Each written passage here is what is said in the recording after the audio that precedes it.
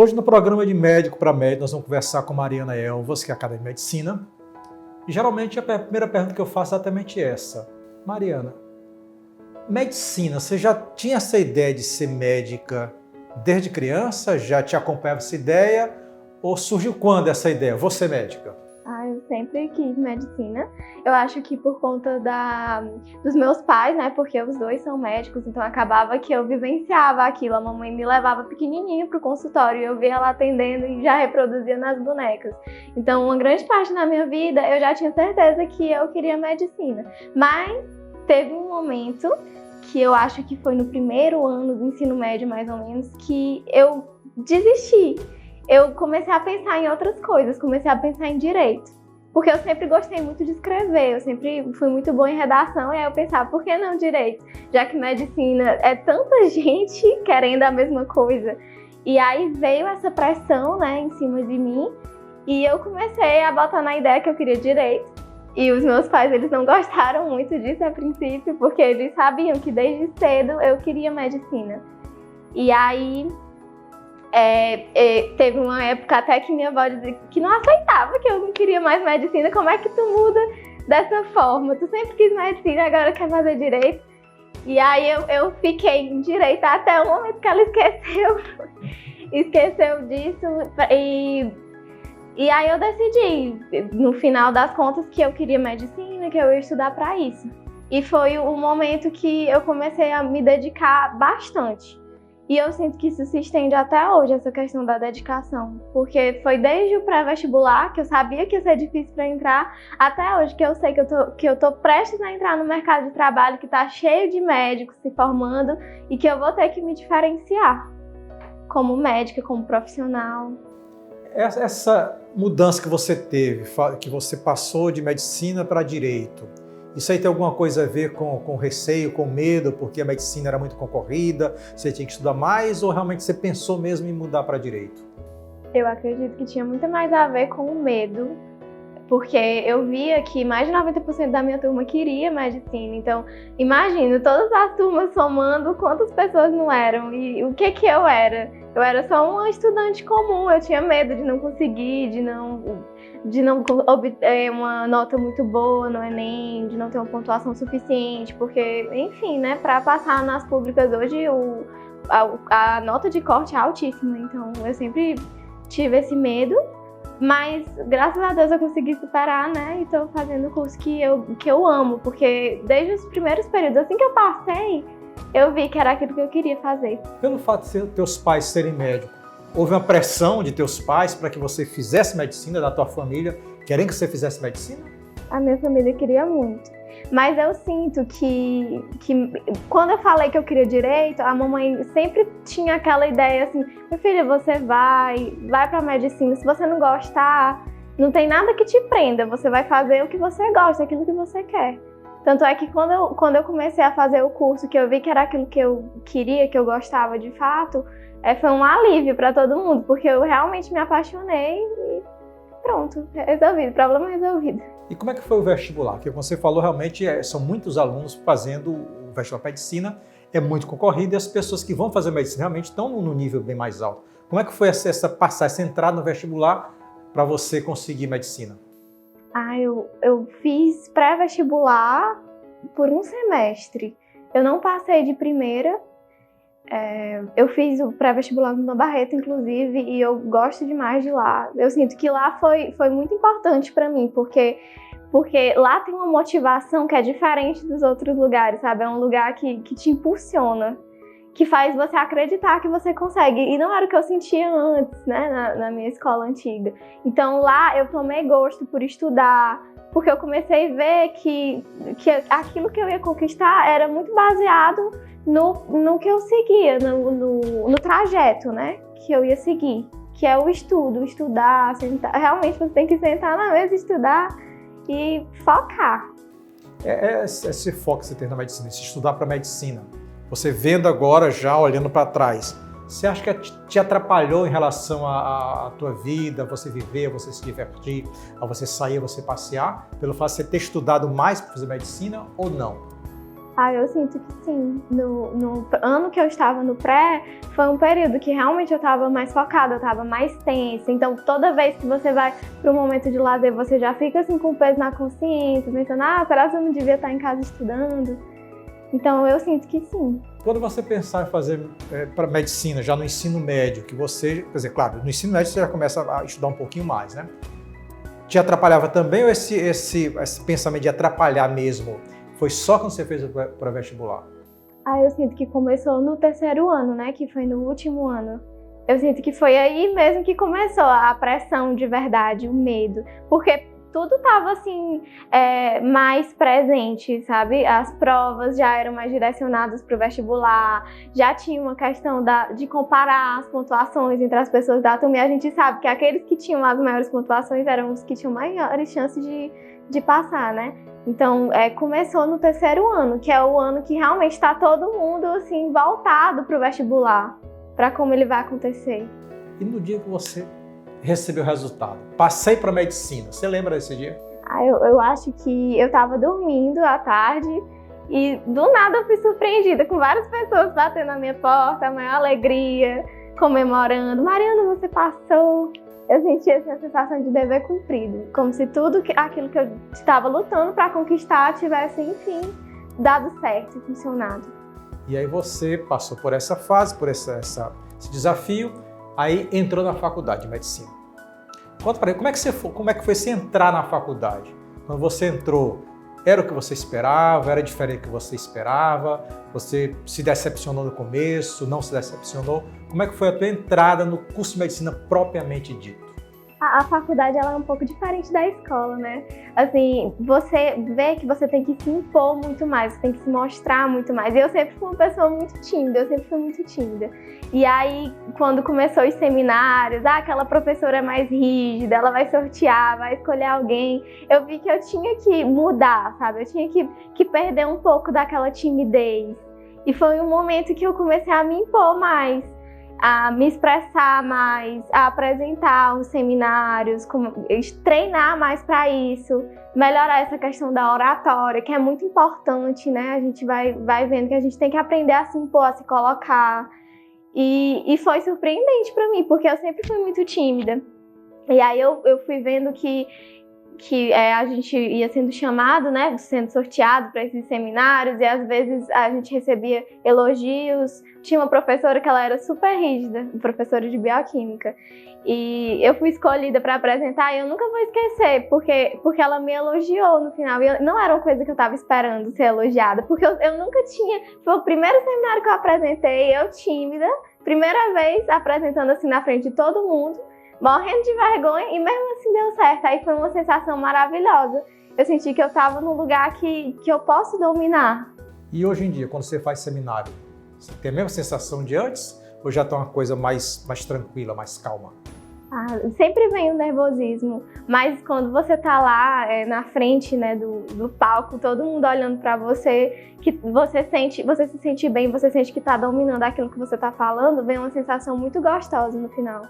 Em relação à tua rotina quando você entrou na faculdade, porque você tem que estudar para seminário, tem várias disciplinas, você tem que estudar. Como é que é a tua rotina para você conseguir dominar o conhecimento que você falou? Quando você deu esse seminário, que você tinha segurança naquilo que você aprendeu, isso aí facilitou a tua comunicação no seminário.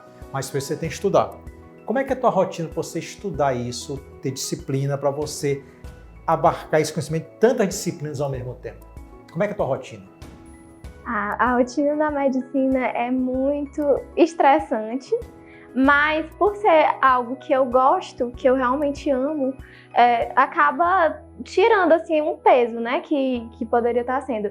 E eu sou muito disciplinada, como eu disse, geralmente minha rotina de estudo começa cedinho. Eu sou acostumada a acordar cedo, eu nem preciso de despertador, 6 horas eu tô acordada. Agora, eu nunca fui de estudar muito à noite, eu sempre fui mais da manhã.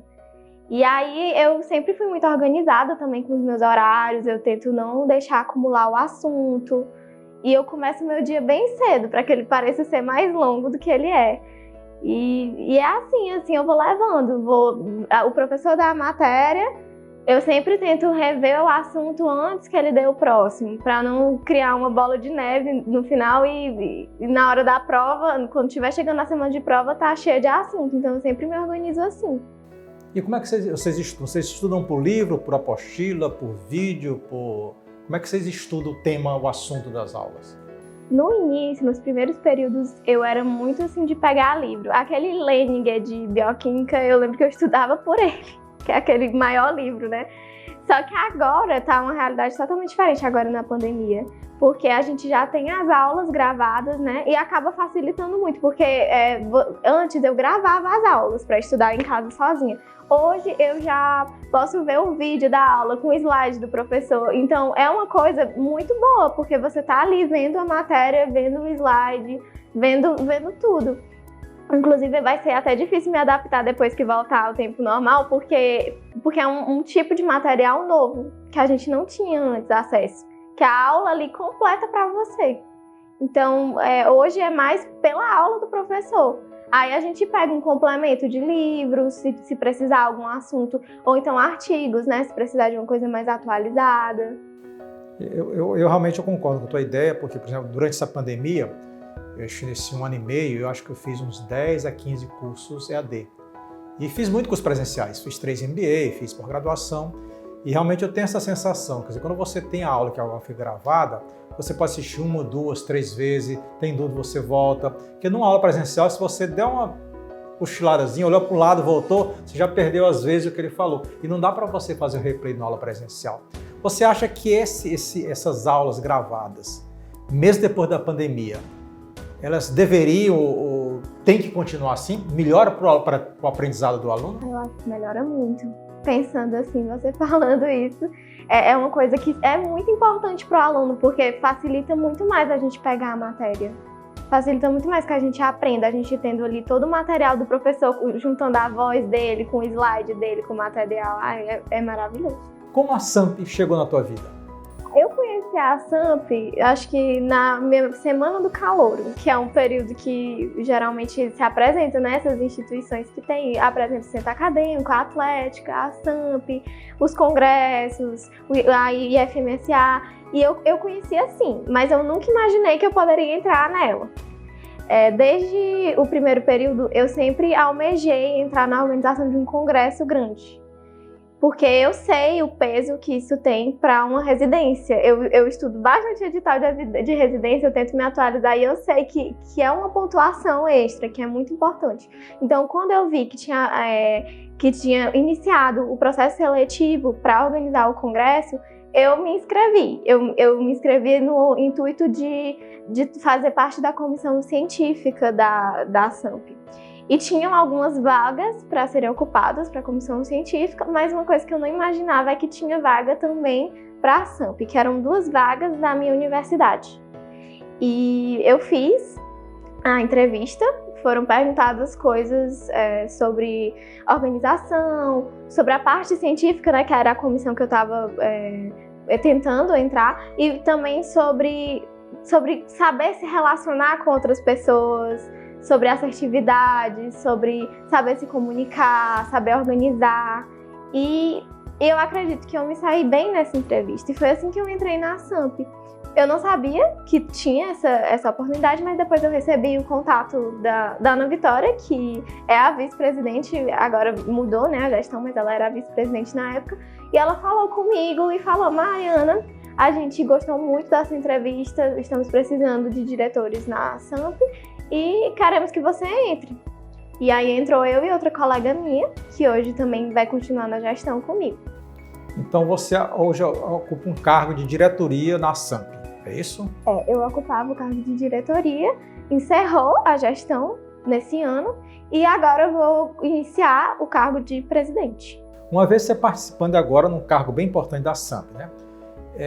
Tem como você tentar mudar esse contexto para que as aulas passem a ser, de certa forma, híbrida, tem a parte realmente digital, a parte gravada, porque você falou que isso facilita muito o aprendizado do aluno, mas tem também a parte presencial. Você acha que vocês vão conseguir influenciar para que as universidades tenham esse comportamento híbrido nas aulas? Eu acredito que a autoridade que a SAMP construiu até hoje, né, que a gente tem sim como fazer isso. É uma coisa que tem que ser trabalhada com as coordenações individualmente, vendo a capacidade de cada instituição para ver se dá para desenvolver. E eu acho que seria super interessante e super bom para o ensino médico, porque realmente facilita muito o ensino, esse contato com esse material, que é um material muito que tem toda a parte visual, tem a parte do áudio do professor. Então eu acho que seria sensacional e é uma coisa que a gente pode pensar sim em desenvolver. E nesse campo digital, como é que você percebe, como é que esse novo aluno de medicina, ele vê essa parte dessas mídias sociais em relação à medicina, em relação ao médico, em relação ao paciente, ao cliente? Como é que vocês percebem a mídia social nesse momento agora do curso de medicina? Hoje as mídias sociais, elas são uma porta, né? E são muito importantes para que a gente se mostre.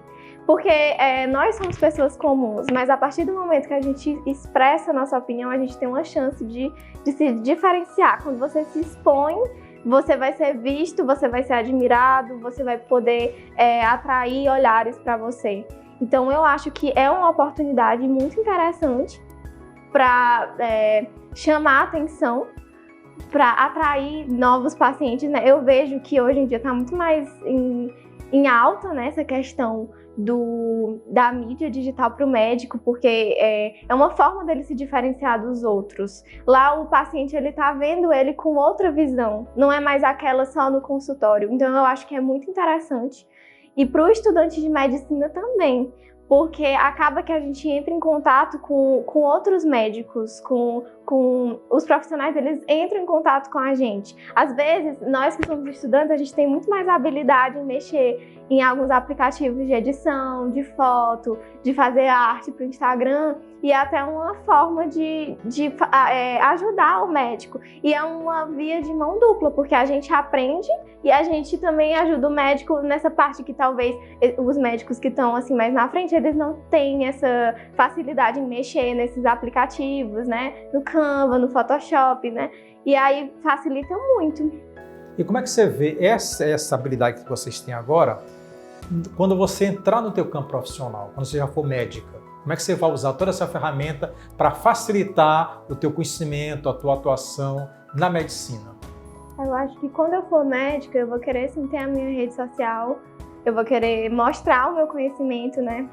Eu vou querer passar isso para as pessoas e também passar muito mais credibilidade para os meus pacientes.